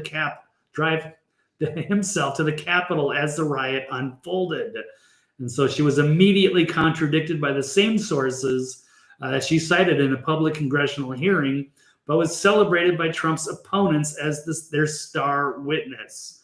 So it was all made up. The latest report from the House Republicans had 8 findings related to Hutchinson's explosive testimony, but it included the backdoor channels from then Representative Liz Cheney took to circumvent the White House's side attorney, Stefan Passantino. Investigators not only exonerated Trump of the allegations that he assaulted Secret Service agents, right, and because they sought to personally riot at the Capitol and then hang his vice president, but they also found evidence that the committee coordinated to disbar Passantino. So, Select Committee did this by using the content of its not yet public reports to accuse Passantino of instructing Hutchinson to lie, though Passantino was cleared of wrongdoing after multiple investigations. So, yeah, they tried to take his, targeted his law license, and they had to file his own complaint and a $67 million lawsuit against the federal government. Yeah, there is some damning stuff, man. We'll move on. I know Jack Posobiec has been posting some of the text messages between Liz Cheney and Cassidy Hutchinson, showing multiple calls between them without lawyers present. In fact, Hutchinson was sharing her lawyer's private text messages with Cheney. So, I mean, they really, yeah. So saying, yeah, she belongs in prison. This is pretty damning stuff. Liz Cheney referred for prosecution, coached Cassidy Hutchinson to change her testimony in the committee, and then deleted all their communications. So just witness tampering, off to jail. And I think that's about it. I don't know. I don't know if I want to go through all the text messages, but we'll certainly get more information. But this is all breaking stuff from this afternoon. So, yes. All right. Well, let's. Do we want to show? We never played this one. This one also came out over the weekend, as we found out that all these confidential human these sources, these informants for the FBI, at least 26 FBI. How relevant do you find it that they've admitted that? They've found, rather, the Republicans have found that there were at least 26 involved. We're in some Telegram conversations. We won't out some of the people, but some people think this is relevant and important, and some people are downplaying the significance of this. Blake, what say you? How significant is this? How damning is it's huge, especially, I mean, it's one thing if you're going to have, confidential sources embedded in the crowd that can just kind of spy and gather information.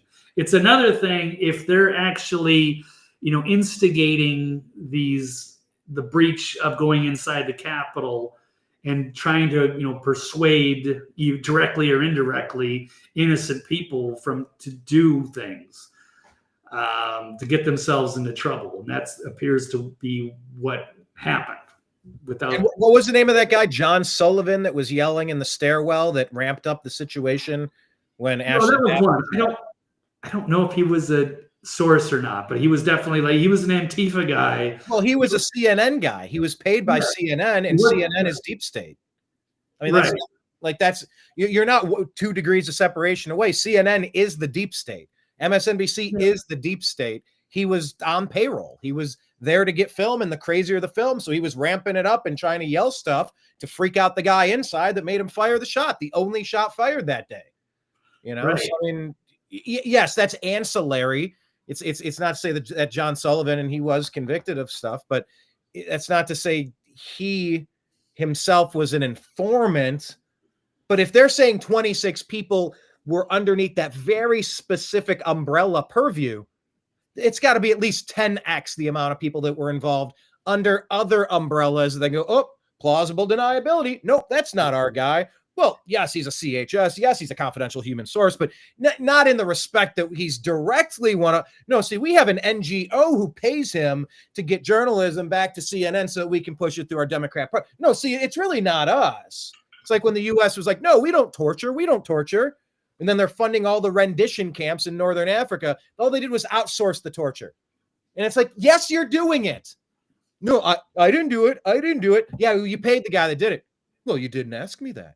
Like it's that weaselly shit that just you can tell what someone's saying by what they're not saying a lot of the time. But Stephen A. Smith is speaking out here. Maybe let's give him the floor. We also didn't mention Ray Epps, somebody who seems very obvious to be an informant for the FBI and was protected, but was promoting and trying to get people to go inside the Capitol and to do bad things, pushing the barriers. It's one thing just to give human intelligence from the ground, and it's another one when you're trying to, it's like entrapping people. And you're creating the news. It's almost you're entrapping and you're creating the news. Right. And as you said, it's 26 that might be affiliated with the FBI. There are other, intelligence agencies that also had their own informants. So it's probably going to go beyond that even. Oh, yeah. But it was great to see Stephen A. Smith from ESPN, getting political here and, calling this out, that January 6th was an inside job after the Department of Justice had to report that there were at least 26 FBI agents in the crowd. So he's sick of it. And they demonized a lot of good people, including us, Brian, for, just calling it out. They wanted to throw everybody in jail for this. And it was all just big insurrection. It was all staged, and they allowed it to happen. They wanted it to happen, to blame the supporters. They could have had the National Guard there. And then they were tampering with the evidence to try to make it sound bad and using human resources to get people to instigate and cause trouble. So here, let's take a look at Stephen A. Smith. The news comes amidst a bombshell report from the Justice Department that revealed the FBI had at least 26 confidential informants on the ground when the Capitol was stormed on January 6, 2021. The report says most of the informants engaged in illegal activity during the chaos.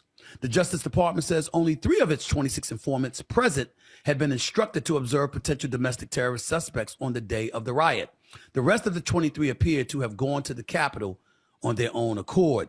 Upon hearing news of the report, Vice President-elect J.D. Vance posted the following on X, quote, "For those keeping score at home, this was labeled a dangerous conspiracy theory months ago," end quote. Didn't hear anything about that for the election. Didn't hear anything about that when the quote-unquote insurrection was broached by Vice President Kamala Harris as the Democratic nominee.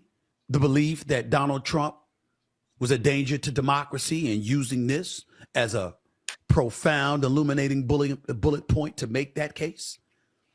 And now here we are yet again finding even more evidence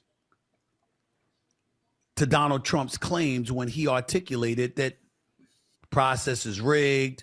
My big issue is that I'm really, really sick and tired of every time I turn around, finding something else that the Democrats have lied about or downplayed or misrepresented along the way. I mean, I see Republicans like Megyn Kelly or Officer Tatum or Candace Owens or, you know, the Sean Hannitys of the world. You know what I'm getting tired of? You know what I'm getting to the Democratic Party? You know what I'm getting really pissed off about? I'm getting really ticked off at every time they open their mouth about something pertaining to y'all, they seem right to make the case that the right had a monopoly on insidious, evil tendencies, corrupt tendencies, duplicitous, hypocritical, untruthful tendencies.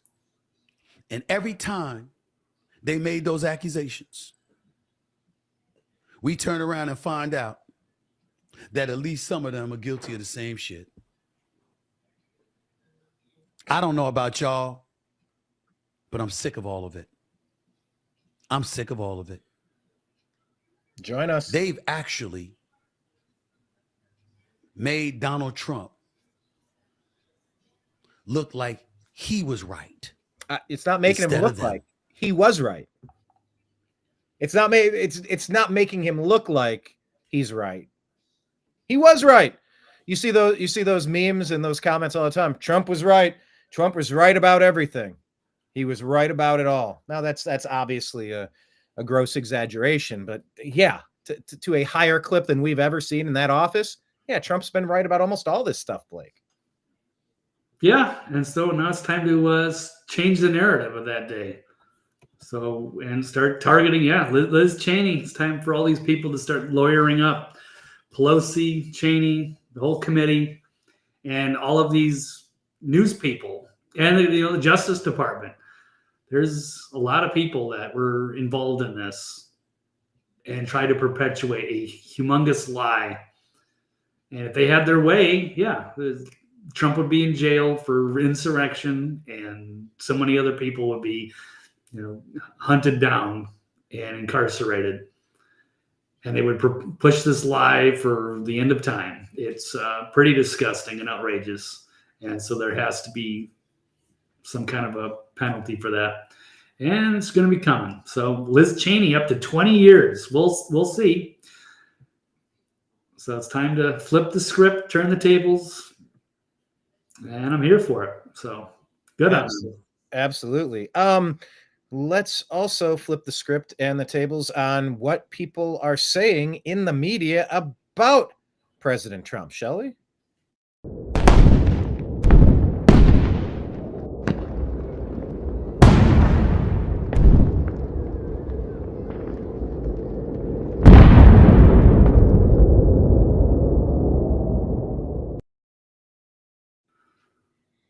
All right, Blake, agree or disagree that George Snuffleupagus lied about the Trump rape allegations? Agree or disagree? George Snuffleupagus lied about Trump allegations. Yeah, I think they all did. I think they could all tell that this E. Jean Carroll had zero credibility, and they were just using some, political case there to smear him. And so, now it's time to. They're going to have to pay up for pushing those lies. Yeah, because it was factually incorrect what he was saying. This was Nancy Mace held him to the fire. I mean, I don't know if you have the video there to kind of sum up the moment that it happened. It was about that time that George Snuffleupagus knew that he'd done effed up. All right, let's see. I still get judged for it today. I'm asking you a very simple question. And I answered it. You're shaming me for my political choices. I'm asking you a question about why you endorse someone who's been found liable for rape. It was not a criminal court. This was a civil court. It was a civil court. And by the way, she joked about the judgment and what she was going to do with all that money, and I find that offensive. I'm asking you but about as the man a rape victim who's been shamed for years now because of her rape. You're trying to shame me again by asking me this political question. You've repeated that again. I think it's offensive. As a woman, I find it offensive. For my political choices, I've endorsed the man that I believe is best for our country. It's not Joe Biden. And you looked at the dueling rallies yesterday in Georgia. Laken Riley's family was with Donald Trump. They weren't with Joe Biden. The same guy yesterday that apologized for calling her killer an illegal, who wasn't illegal. And here you are trying to shame a rape victim. I find it disgusting. I mean, you keep saying I'm shaming you. You are. The question, it is. How is the question asking you about a presidential candidate who's You're asking a rape victim.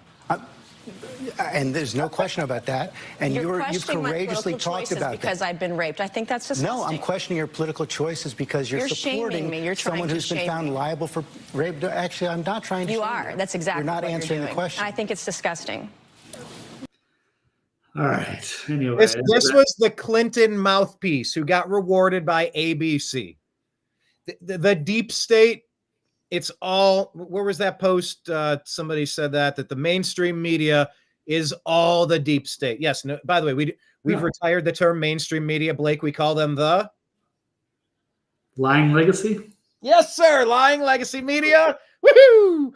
Yes. It's all semantics, and they have lost the right to define themselves. Even though I'm defining him as George Snuffleupagus. But yeah, I mean, it wasn't a criminal court. It was, what was that? There was a technical term of what the jury found by a preponderance of that. You don't have to be certain. You have to be mostly kind of, sort of. And that's the difference between a civil and a criminal. But Snuffleupagus there was trying to conflate the two and say Trump was guilty of rape. It's like Nancy Mace did a great job. She's like, no, he wasn't. And it was that intentionally incorrect framing that did him in. I mean, if Kyle Rittenhouse and the Covington kid can go get their cash, can you imagine every outlet that could be bankrupted now by Trump just going after him for the lies? Oh, Trump called Nazis fine people. Trump told you to drink bleach. These are not misinterpretations. These are not, they saw the same thing and they had different opinions on it. They thought mint chocolate chip was as good as chocolate or as good as strawberry. They had a difference of opinion. There's no difference of opinion on whether Trump called Nazis fine people or whether he said you should drink bleach. None of it ever happened. And the people that were pushing these known lies need to be held accountable. Like there used to be an enforcement mechanism for that. Let's make enforcement of these mechanisms great again.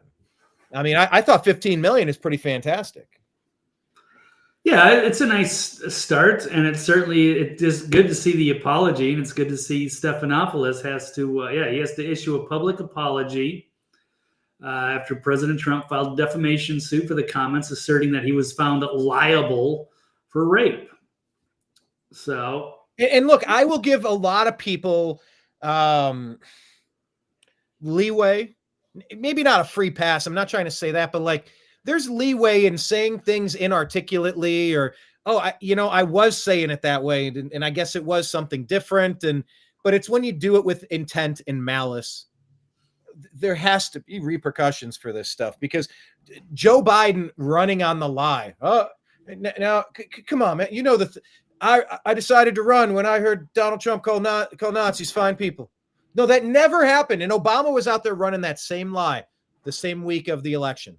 Like these people have been brainwashing and just harming the American people with their lies. It's okay if you don't like the guy. You can call them all sorts of names. You could say their policy sucks, but trying to equate them to some sort of absolute monster, it's poisoning to the point where people are going out and you're wrecking their brain and they're causing a whole bunch of harm. I don't know how much more you had on this, but I did want to, we could talk about CNN.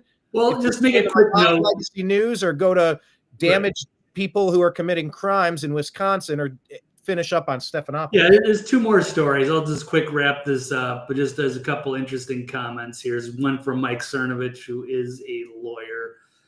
Saying Stephanopoulos was set to sit for a 4-hour deposition and have his emails subject to discovery. There we go. That's why they settled the case, to prevent people from learning just how much ABC News lies. So it's not Megyn Kelly, another lawyer. Total victory. Shame on George and ABC. couldn't have given their star further embarrassed under oath. Yeah, they couldn't. Yeah, so they opted for the settlement. So that's it's also to make your point. Yeah, the only way to stop corporate media from lying is by literally making them pay. So that's what Trump's doing. He's also suing a lady in Iowa, a pollster, for putting out a misleading poll in Iowa saying that Kamala was up by 3 points, but then they lost by like 15 or something. So he calls that election interference. So yeah, and it's also interesting. Yeah, the 15 million is not going to Trump. He's gonna be putting it into his presidential library. So. Now I saw Zuckerberg is giving $1 million to the Trump presidential inauguration campaign committee fund or something. So like, I mean, they're finding ways, route it here, route it there, route it everywhere. But I mean, if there's one person that's been more falsely maligned over the past 12 years, I challenge you to find anybody who's been more maliciously, falsely maligned over the past 12 years. And yeah, there should be some repercussions. Dina saying it's the preponderance of the evidence is different from the strictest evidentiary standard. Yeah, it's night and day. It's night. You have to have a unanimous verdict to find somebody guilty. You can be like 7 out of 10. There's different provisions. Different grand juries are given different instructions, I think, from state to state, depending on how lax their grand jury situation is. And I encourage everybody out there to actually serve on your grand jury, sit in a court, be somebody there that could cause some jury nullification if you find yourself in a jackpot and see, like, God, that could have easily been me. I'm not going to vote to convict. You nullify the jury. You just sit there and go, nope. You're not doing it. You found your guy today, and I'm going to block it. It's a huge, crucially important part of our American justice system. Nobody has time for it. Nobody has money for it. Nobody's so busy they can just drop their life. But these are people who have their lives on the line. Deb is saying Dina likes those big words. I love the big words. I was just thinking about my buddy John from college. He had the most interesting, clever, witty vernacular and banter of anybody in the cosmos. I love every time I would talk with him, it would challenge me to think of a synonym for every word I was about to select. I was going to say choose, but I tried to find a fancier word, so I went to select. Okay, so there's Stephanopoulos, and that's it's probably a good thing. They know how guilty they are. ABC, ESPN, Disney. Yeah, ABC, ESPN, Disney, same company. They are bonkers. If they had access to those emails, imagine what they could have uncovered. Okay, let's talk about one fake news source going to another fake news source. Blake, agree or disagree that CNN staged a Syrian prison rescue for ratings and prestige? Agree or disagree? Agree. This is hilarious. Watching the downfall of CNN. They've been forced also to admit that their reporter was duped. I don't know if she was duped. I think they willingly went along with this, saying this Assad victim found in Syria prison was a regime intel officer, and he's just a total dirtbag too. He's an evil man. So last week, CNN aired a melodramatic report from reporter Clarissa Ward that was supposed to show a CNN crew amazingly rescuing a victim of the Assad regime from the bowels of a Damascus dungeon. And after days of mounting skepticism and pointed questions ricocheting across social media, the alternative news sites and what have you, CNN now says that the rescued man was actually a regime intelligence officer, and there are reports that he himself perpetrated crimes against civilians. The man ID'd himself as Adel Gurbai, I'm not going to try to pronounce that, said he was actually Salama Mohammed Salama, a.k.a. Abu Hamza, an infamous and cruel first lieutenant in Syrian Air Force intelligence. He was involved in theft, extortion, and coercing residents into becoming informants. So, and he was incarcerated because he was in a dispute over the profit sharing from funds that they extorted from another officer. So he was thrown into a cell, and he has a grim history. He's participated in military operations from 2014, killing civilians, and was responsible for detaining and torturing numerous young men in the city without cause or on fabricated charges. Some of them were targeted simply for refusing to pay bribes or rejecting cooperation. My God, that is the worst type of monster that can run around abusing their communities. The worst type of person, the bully at the playground, stealing your lunch money, punching you in the face, embarrassing you, harming you, psychologically damaging you, threatening you. Yeah, man, this guy. Yeah, and basically, there's like a team of bullies that goes around, shaking down people, and then they get into a dispute and decide this guy's such a scumbag, we're going to have to throw him in jail, even though they know what he does. But he's such a greedy, sadistic, monster. So, they set up this whole fake thing. The original report from CNN shows Clarissa Ward immediately struck too many as being too dramatic to be genuine. Ward and her cameraman are being escorted through this prison by rebel fighters when they spot a blanket inside of a cell. And after one of the fighters shoots the lock off, they venture inside and nervous so that somehow the gunfire doesn't wake up the guy under the blanket. Oh my God, it's just a blanket, but maybe something's moving. Do we have this clip? I don't know. This sounds insane. Yeah, look how fake that looks. Oh, it starts right there. Right, let's zoom this. So this door right here is to the prison cell, and they had to shoot the lock off.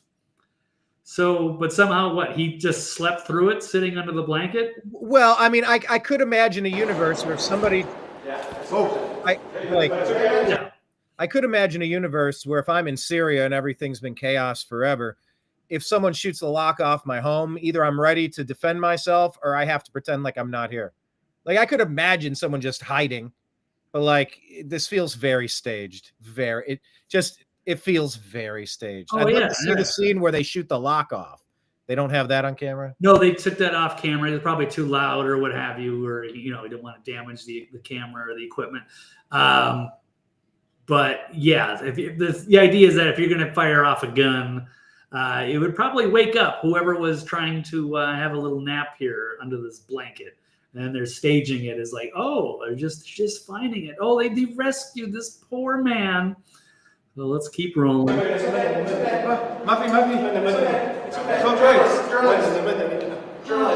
I'm a civilian, he says. I'm a civilian. He's a civilian, but he's in perfect health. Look at what he's wearing. Does that look like prison garb? Then they're noticing that his hands are perfectly manicured. And why aren't they patting him down immediately? You gotta lift those flaps up on the jacket. Where's the padding? That's the very first thing. Checking for firearms, sidearms, something right there. Yeah. And no, there she is. She's giving him water. This poor guy, escorting him out. Now he can finally see the sky. Well, he can finally see the sky, but they're also pointing out that if you were incarcerated that long, you'd be kind of almost blinded by the sun. Being so bright. Oh, my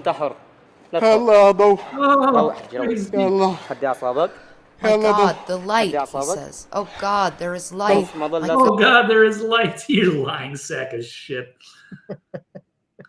All right, so then they're feeding him, but obviously he's well fed. He's not starving. I'm just zipping through this stuff. Thank you. Come again. Yeah, pretty much. All right. That's like Geraldo in the vault with Al Capone.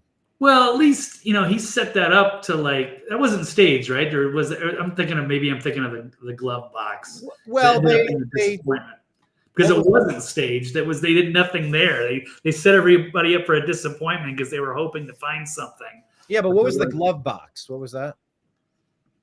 Wasn't it? I thought it was also Al Capone's, or it was some high level person. And I'm oh my God, we're gonna open this on camera live. And to their credit, it was, but there was nothing in it. So I was oh well, there's a big disappointment. Yeah. So yeah, they showed he's well dressed, well fed, well groomed. Doesn't have to adjust his eyes. And he's a monster. Yeah, and well, that's when they found out later. But it's not the first time that Clarissa Ward has been involved in staging something. Here's another something she faked being shot at by Hamas to manufacture consent for Gaza. So Clarissa is on the ground right now. Clarissa, tell us what's happening. Look at this. She's dramatically like breathing. Hi, John. So forgive me, I have a slightly unelegant position, but we have just had a massive barrage of rockets coming in here, not too far from us. So we have had to take shelter here. Wag the dog. By the roadside. We're just about 5 minutes away. Gaza is in that direction. We can hear now a lot of jets in the sky. We could also hear the Iron Dome intercepting a number of those rockets as they were whizzing overhead and making impact.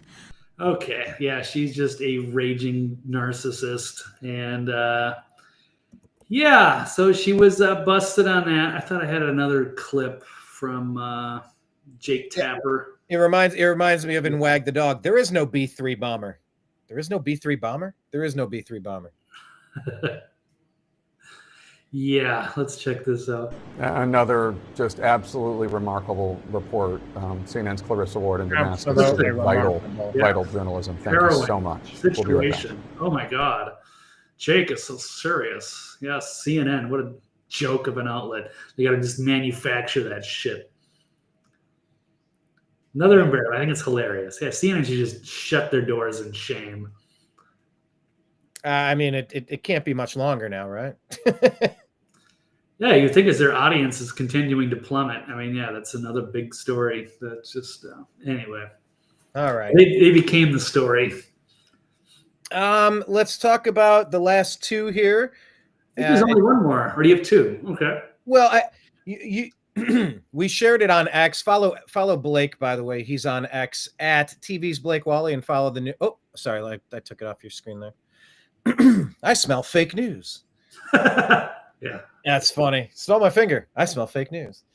Yeah, follow Blake. He's at TV's Blake Walley, and follow the New American Media at American_media_. The final story was, you said, well, this was a long time ago, but it was only recently that the Duke lacrosse accuser admitted that she was lying, and that became so. We'll cover that at the end. It was like a final story, but it's super important. It covered it. I mean, yeah, it was. Come out later. Yeah, it was devastating and damning, and it destroyed their program and smeared a lot of innocent people. But it became clear that it was staged. But then they finally admitted it years later. So, and I got a couple clips I can play, but we can do that if Blake's got to run, he can run. But the one we had up here that was still in the stack, Blake, was about Wisconsin. So, do you agree or disagree that it's not important if the school shooter was suffering from gender dysphoria disorder? Agree or disagree that it's not important if the school shooter in Wisconsin was suffering from gender dysphoria disorder? I am going to disagree. I think it is important to some extent, not because I'm, anti-trans or anything, but interesting part of the story. So there's another school shooting happened in Madison, Wisconsin yesterday. And of course, if it was like a white Republican Trump supporter, this would be, that's all they'd be talking about is gun control. But it appears that the shooter was a troubled young lady, but perhaps, trans or associated with that. Wisconsin's capital city, yes, a 15-year-old girl pulled out a 9mm pistol, shot up her study hall, killing a teacher and a fellow student at the Christian school, before turning the weapon on herself and ending her own life. This is a stunning number of Christian school attacks. It seems like there's an anti-Christian bias going on. That's what Tennessee was. Nashville shooter was, yeah. I mean, there certainly is. So Natalie Rupnow injured 6 others, including 2 students with life-threatening wounds, and a teacher and 3 other students suffered non-life-threatening injuries in the attack on the Abundant Life Christian School. So Madison Police Chief Sean Barnes wasn't commenting on the motive Monday evening. An unidentified law enforcement source told the AP that the shooter had been dealing with problems and expressed some of those in writings. There were reports that Rupnau, who police say like to go by the name Samantha, had penned a manifesto, although Barnes said police had yet to verify the authenticity of the document. So it says the good news is that the Madison police have shared the information with its partners at the FBI. Yeah, you really want to trust them. Yeah, like the FBI can be trusted for anything. They have completely damaged their brand as much as the former news outlets that turned propaganda when Obama switched the Smith-Mundt Act and made it legal for them to be cranking out Democrat deep state propaganda. I mean, the brand of the FBI, the CIA, there used to be a time when you'd be like, well, yeah, I mean, we need people helping out the country. We need top cops that are going to be out there working for us. And it's like, it's laughable to think that anybody used to think that way. It just feels like it's been so weaponized against normal Americans. It's like the last place you would go to for help would be the FBI. Yeah, they've lost their credibility for sure. Yeah, absolutely. That manifesto was not released by the Nashville police, and it was a Steven Crowder expose that was able to get some of that released finally. I mean, if there's certain agendas, they will definitely go out of their way to push them, and if there's not, they will get really quiet. Like you saw the Luigi situation, Blake. The left was praising vigilante justice. Thank God this guy was able to take his firearm and end the life of this human being. And then they're silent when there's an attack like this on yet another Christian school carried out by, an attendee of the school. Oh, no, now we need to go after guns. Now we need to go after guns, they say. Well, you're not praising this person. Now you're trying to take the weapons away, unless they're out there as vigilantes, or certain vigilantes are okay. It's just, there's no logical balance between how stories are covered. When Trump wins Time Person of the Year, it's like, oh, look, joining the ranks of Hitler and Mao and Stalin, here's Donald Trump on the cover of this magazine. But in 2020, it's like, oh, look at this.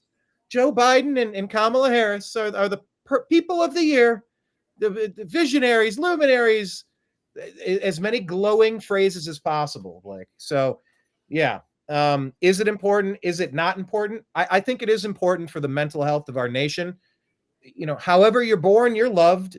You don't need to change yourself any more than someone needs to get a breast enhancement surgery or a penile enlargement surgery. You're not less of a woman or more of a man, depending on what you're strapping into your over-the-shoulder boulder holders or inside your boxers.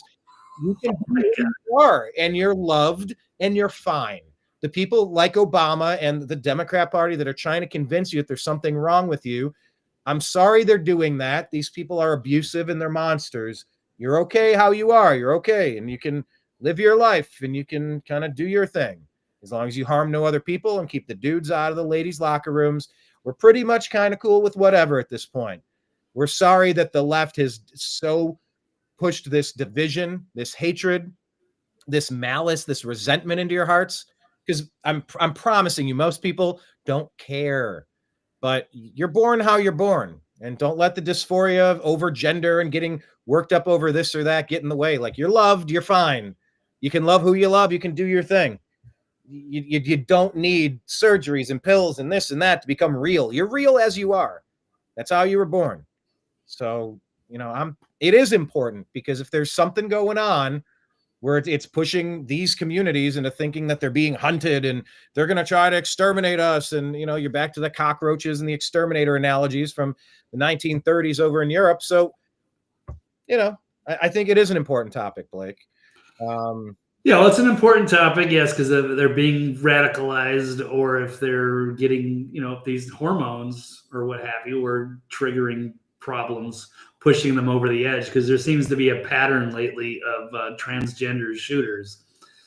So it's sad to see, and there's nothing we can do now but pick up the pieces. But they're saying that doesn't really matter. But yeah, I'm going to disagree. I think it does matter. Something that is going to have to be addressed. But we don't know. We're still gathering info. But sad, another tragedy. Absolutely.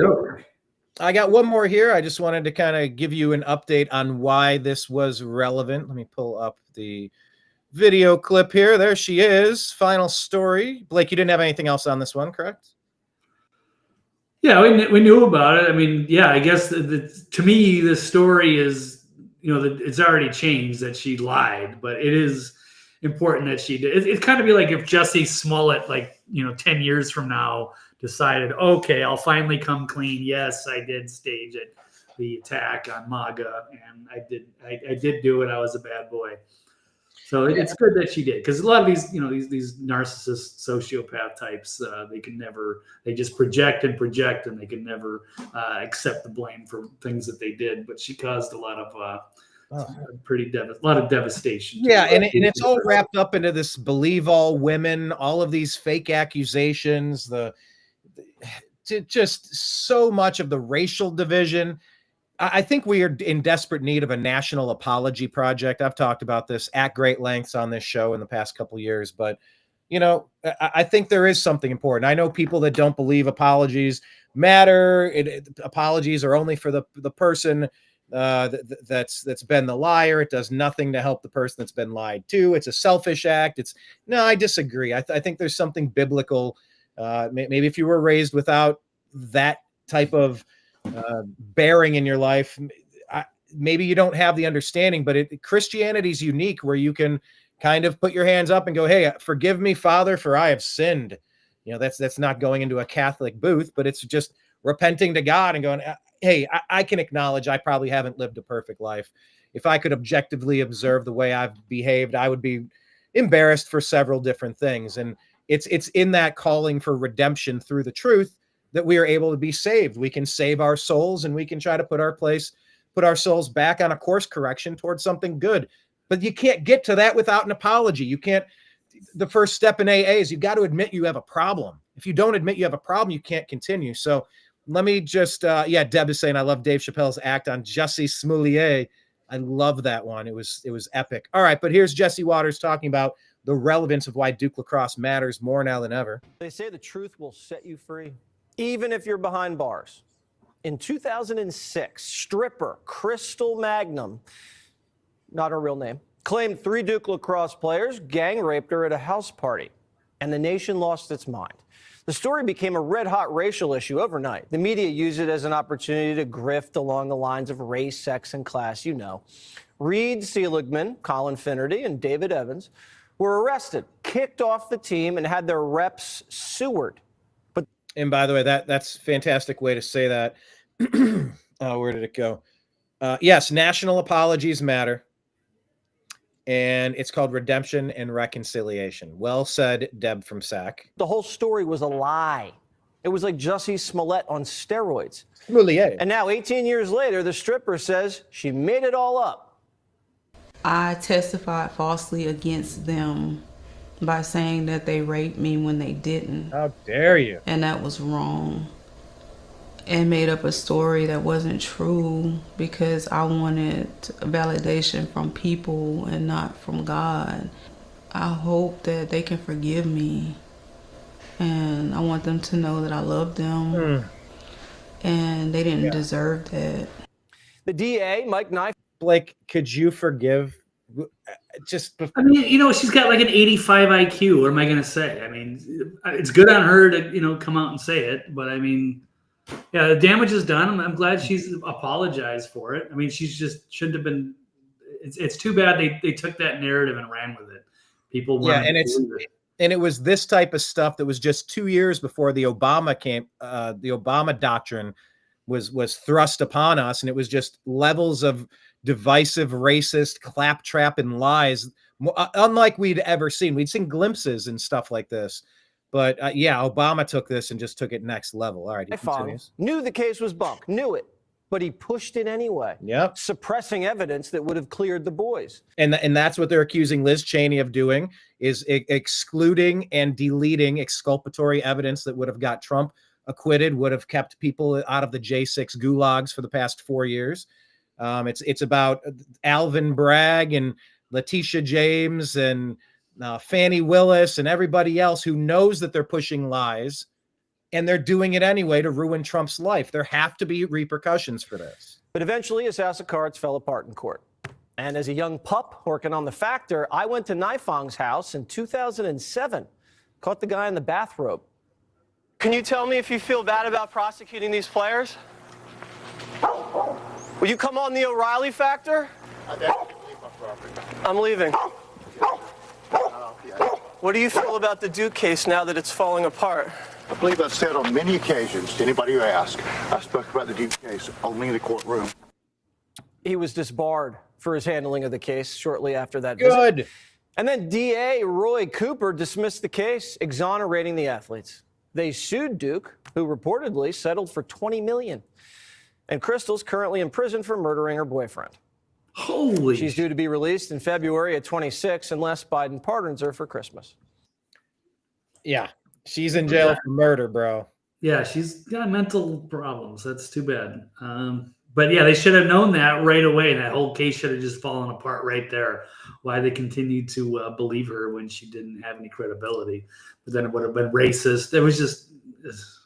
Kyle Rittenhouse shouldn't have had to serve shouldn't have been indicted. Daniel Penny shouldn't have been indicted. Donald Trump shouldn't have been indicted. These people know what they're doing. They know what lines they're crossing. They know exactly what they're doing. They need to be disbarred and face indictments themselves. I mean, this is deprivation of civil liberty. It's pushing hoaxes. There's all sorts of criminal activity related to this stuff. They knew what they were doing, and they don't get to wash their hands and walk away like, oh, I was just an innocent bystander. It was somebody else. No. You were an active participant, and it's really time for justice. It's time for healing. You can feel the globe healing. You can feel the nation healing.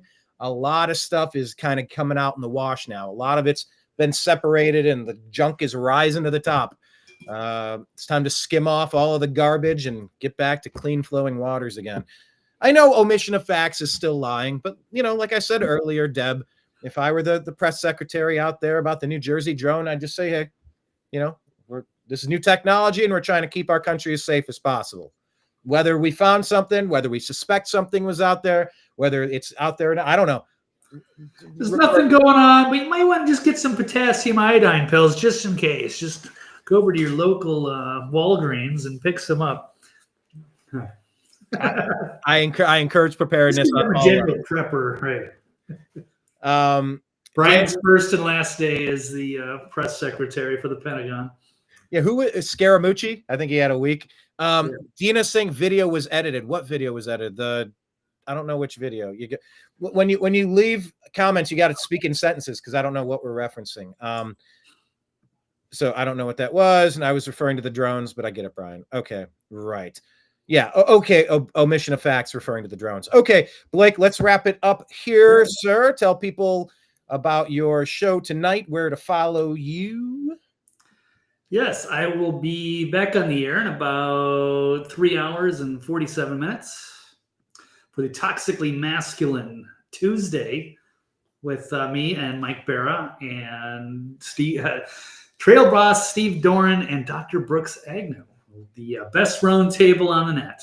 Well, I'm sure we'll talk about the drones in detail. Of course, all the other latest news and current events. So stay tuned for that on Mike Barra's channel. You can follow me on Twitter X at TV's Blake Walley, and the archive is on the nextlevelnews.com. Thanks so much, Brian. Thanks, everybody in chat. It's been delightful, as always. Absolutely. And, of course, if anybody wants to support Blake in his independent journalism, you can go on Cash App, $Blake W99, or at Blake-Walley on Venmo, because we run off of your donations, folks. So thank you so much. Blake, we'll let you go.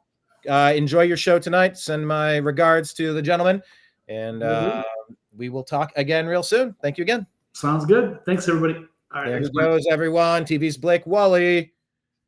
Toxically Masculine Tuesday indeed. Okay. Want to take a moment to ask for you to follow the New American Media on Rumble.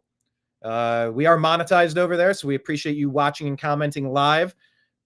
Check out our archive. We've had a lot of shows, and we try to be entertaining. We try to cover all sorts of relevant information and try to weave, I call it a weave, lots of topics into one coherent storyline.